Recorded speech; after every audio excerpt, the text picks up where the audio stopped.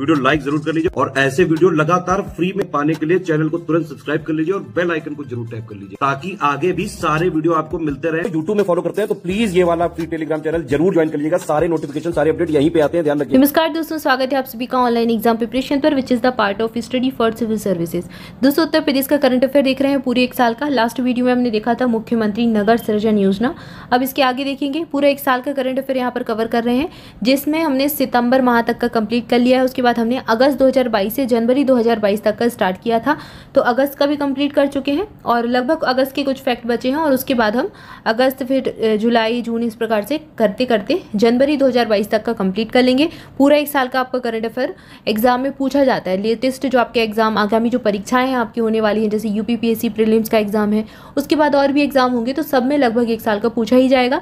तो पूरा आप रिवीजन कर सकते हैं, प्लेलिस्ट बना दी गई है, प्रीवियस वीडियो देखना चाहें तो देख सकते हैं। चलिए स्टार्ट करते हैं। हमने लास्ट जो वीडियो है उसमें देखा था मुख्यमंत्री नगर सृजन योजना। अब इसके आगे देखेंगे।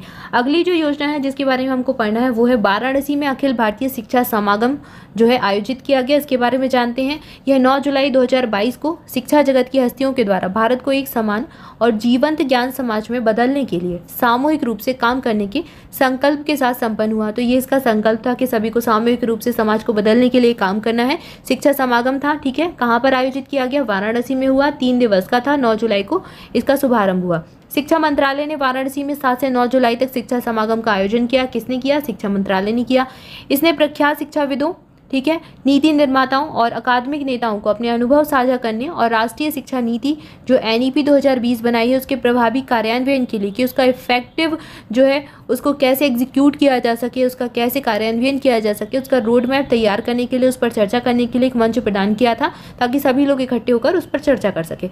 इस कार्यक्रम में पूरे देश के विश्वविद्यालयों से, केंद्रीय, राज्य, डीम्ड और निजी जो विश्वविद्यालय यूनिवर्सिटीज़ होती हैं वहाँ से लोग बुलाए गए। राष्ट्रीय महत्व के जो संस्थान होते हैं जैसे IIT से बुलाए गए, IIM, NIT से और IISER से, जो बड़े बड़े संस्थान होते हैं उनसे 300 से अधिक शैक्षणिक, प्रशासनिक और संस्थागत प्रतिनिधियों ने भाग लिया था। तो कई सारे लोग यहाँ पर इकट्ठे हुए थे।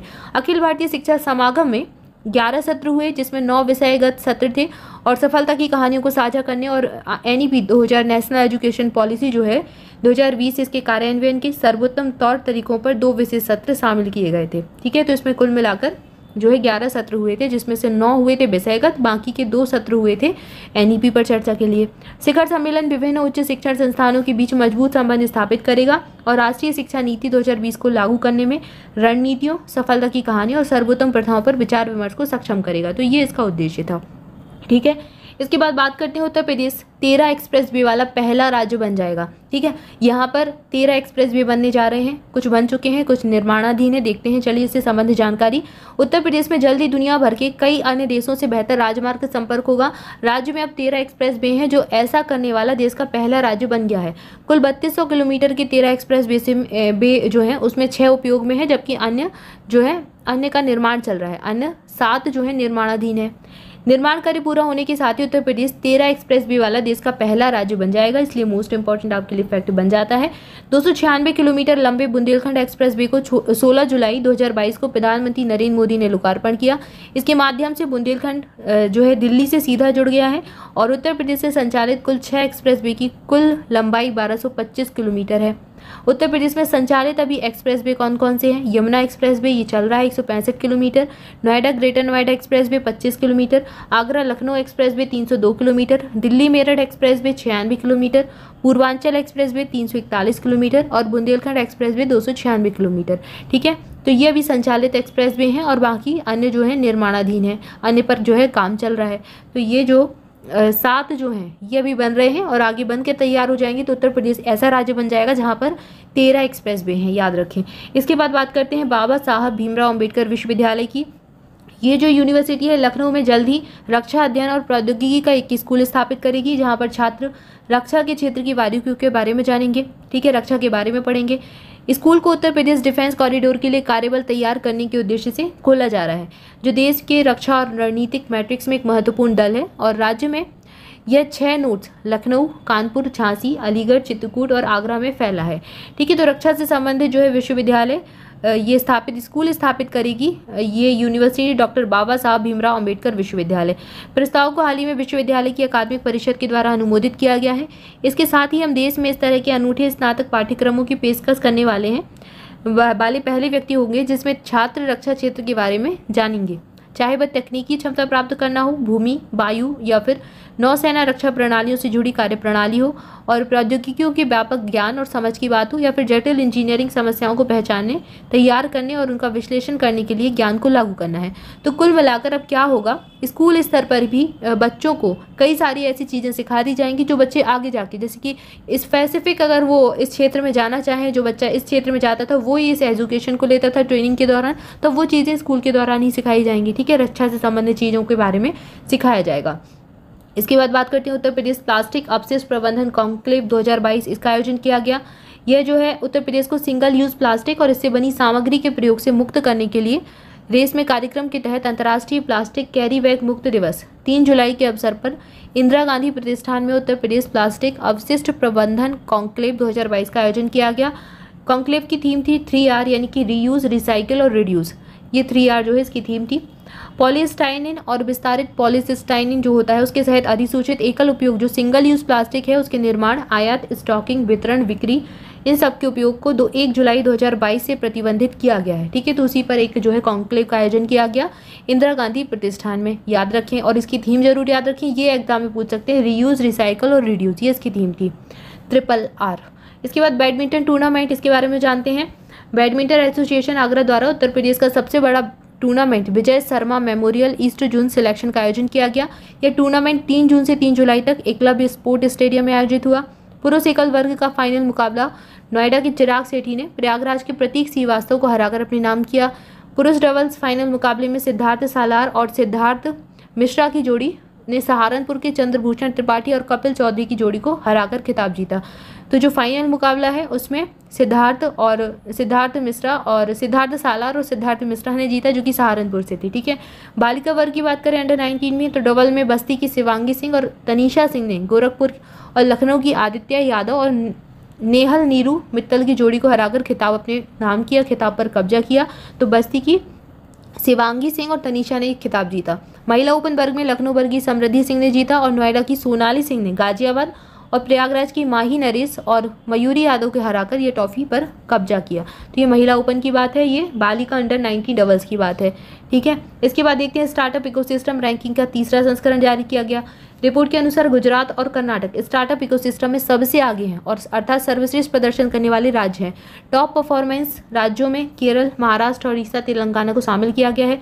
4 जुलाई 2022 को उद्योग और आंतरिक व्यापार संवर्धन विभाग द्वारा स्टार्टअप इकोसिस्टम रैंकिंग के 3रे संस्करण में उत्तर प्रदेश को यानी कि यूपी को किस श्रेणी में रखा गया है, लीडर श्रेणी में शामिल किया गया है। तो यूपी को इसमें जो है लीडर कैटेगरी में शामिल किया गया, ये याद रखें, एग्जाम में पूछ सकते हैं। स्टार्टअप सुधारों से संबंधित 7 क्षेत्रों पर आधारित इस रिपोर्ट में राज्यों को 5 श्रेणियों में विभाजित किया गया है। सर्वश्रेष्ठ प्रदर्शन करने वाले राज्य, तो उसमें कौन आ जाएगा, गुजरात आएगा, कर्नाटक आएगा। ठीक है, इसके बाद टॉप परफॉर्मेंस जो राज्य हैं वो 5 राज्य हैं, कौन कौन से, केरल, महाराष्ट्र, उड़ीसा, तेलंगाना, इनको शामिल किया गया है। इसके बाद लीडर्स में उत्तर प्रदेश को रखा गया है। फिर आकांक्षी लीडर्स हैं और उभरते स्टार्टअप इकोसिस्टम, ये 5 कैटेगरी इस रिपोर्ट में जो है डिवाइड की गई थी। इसके बाद बात करते हैं मलेरिया रोधी पौधे के बारे में, इसकी खेती की जा रही है। उत्तर प्रदेश सहित देश भर में मलेरिया रोधी पौधे आर्टिमिसिया की कॉन्ट्रैक्ट फार्मिंग शुरू होगी। सीमैप में आर्टिमिसिया की एक नई प्रजाति CIM संजीवनी के लिए चेन्नई की कंपनी से अनुबंध हुआ है।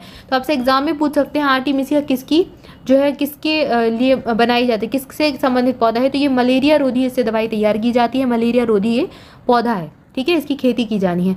आर्टिमिसिया पौधे में आर्टिमिसनिन नामक एक तत्व पाया जाता है जिससे मलेरिया की दवा तैयार होती है। आर्टिमिसनिन मलेरिया फैलाने वाले रोगाणु जो होते हैं प्लाज्मोडियम फाल्सीफेरम, इसको खत्म कर देता है। यह पौधा आमतौर पर चीन में पाया जाता है और वहां से इसे भारत लाकर नई नई प्रजाति तैयार की जा रही हैं। इस पर council of scientific and industrial research के central institute of medicine and aromatic plant CMAP और बनारस हिंदू विश्वविद्यालय सहित कई संस्थानों ने प्रयोग भी किए हैं। तो ये इंपॉर्टेंट है, एग्जाम में पूछ सकते हैं बायो के सेक्शन से। इसके बाद अगला जो हम पढ़ रहे हैं, उत्तर प्रदेश कैबिनेट ने तबादला नीति को मंजूरी दी। तबादला नीति क्या है, अधिकारियों का ट्रांसफर करने से संबंधित। तो देख लेते हैं इससे संबंधित जानकारी। उत्तर प्रदेश सरकार ने सरकारी कर्मचारियों और अधिकारियों के लिए 2022-23 की तबादला नीति को मंजूरी दी, जिसके तहत 30 जून 2022 तक ट्रांसफर किए जा सकेंगे। सरकार ने समूह का और बा वर्ग के अधिकारियों के लिए जिला में 3 साल और मंडल में 7 साल की सेवा को ट्रांसफर का आधार बनाया है। यानी कि एक बार अगर आपका कहीं पर ट्रांसफर हो तो 3 साल तक आपको वहाँ काम करना पड़ेगा नियुक्ति के बाद, ऐसा कुछ रखा होगा। साथ ही जिले के जो समूह का और खा के अधिकारियों का तबादला उनकी कुल संख्या के 20% से अधिक न हो, जबकि समूह गा और घा के लिए अनुपात जिले में उपलब्ध कर्मचारियों की संख्या के 10% से तय किया गया है। नीति में समूह खा और गा के अधिकारियों और कर्मचारियों के ट्रांसफर में जहां तक संभव हो सके मेरिट के आधार पर ऑनलाइन ट्रांसफर सिस्टम का इस्तेमाल करने का प्रावधान किया गया है, जिससे किसी भी तरह की धांधली ना हो, मनमानी पर रोक लग सके। यानी कि लोग घूस आदि देकर अपना जो वो ट्रांसफर करवाते हैं, ट्रांसफर रुकवाते हैं, वो सब चीज़ें ना हो।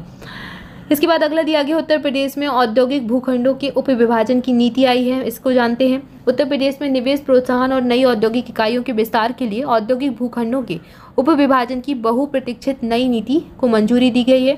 उत्तर प्रदेश राज्य औद्योगिक विकास प्राधिकरण ने अपने बोर्ड की मंजूरी के बाद संशोधित नीति को कार्यतर अनुमोदन के लिए सरकार को भेज दिया है। साथ ही राज्य कैबिनेट की अनुमति की प्रत्याशा में इसे तत्काल प्रभाव से लागू भी कर दिया गया है। गाजियाबाद में लगभग 200-300 एकड़ अनुपयोगी पड़े भूखंड पर छोटे भूखंड बनकर दूसरे उद्यमियों को उपलब्ध हो सकेंगे। प्राधिकरण के एक अधिकारी ने बताया कि बोर्ड के ऐसे भूखंड जहां पर उपविभाजन की अनुमति का फैसला किया है, जिन पर कम से कम 4 वर्ष से औद्योगिक इकाइयां संचालित हैं। कुछ मामलों में शर्तों के साथ छूट का भी प्रावधान किया गया है। यदि उपविभाजित क्षेत्र 25 एकड़ तक है तो इसके लिए गठित समिति की सिफारिश पर प्राधिकरण के सीईओ की मंजूरी देनी होगी। यदि उपविभाजित क्षेत्र 25 एकड़ से अधिक है तो इसे प्राधिकरण बोर्ड मंजूरी देगा। ठीक है, तो ये इसके बारे में बताया गया है। बस एक बार ऐसे थोड़ा ध्यान से पढ़ लें, अगर एग्जाम में पूछा जाए तो कुछ चीज़ें अगर एक आध तथ्य बीच में ऐसे पूछ लें कथन के तौर पर तो बन जाए। ठीक है, एग्जाम में कई बार कुछ ऐसे प्रश्न आ जाते हैं जो मतलब सीधे अप्रोच में नहीं होते, लेकिन आपने उसके आसपास का कुछ पढ़ा होता है तो वो आपसे बन जाते हैं। आप एलिमिनेट करके चीज़ों को सही कर सकते हैं, सॉल्व कर सकते हैं। इसलिए पढ़कर सब कुछ जाएं। आपको नहीं पता है क्या पूछेगा आयोग, ठीक है, कई बार बहुत इधर उधर के प्रश्न भी पूछ लिए जाते हैं, इसलिए आप अपनी मेहनत करके जाएं, आप अपना सब कुछ पढ़कर जाएं, आप अपना 100% दें और बाकी तो फिर सब ठीक है, जैसे प्रश्न आएंगे आयोग जैसे पूछेगा, लेकिन हाँ आप कट ऑफ क्लियर कर लेंगे, इतना है। तो यहाँ पर हमने करंट अफेयर के कुछ जो है तथ्यों को देखा, इसके आगे कुछ और तथ्य हैं जिनको अगली वीडियो में कवर करेंगे। तब तक के लिए आपसे भी चैनल के साथ जुड़े रहें, चैनल को सब्सक्राइब जरूर कर दें और वीडियो को लाइक जरूर कर दें। कमेंट करके बताएं वीडियो कैसा लगा। Thank you for watching this video. स्वस्थ रहें, मस्त रहें, मुस्कुराते रहें और पढ़ाई करते रहें। मुस्कुराते मुस्कुराते पढ़ाई करें, आसान होगा। और मिलते हैं नेक्स्ट वीडियो में। Thank you so much.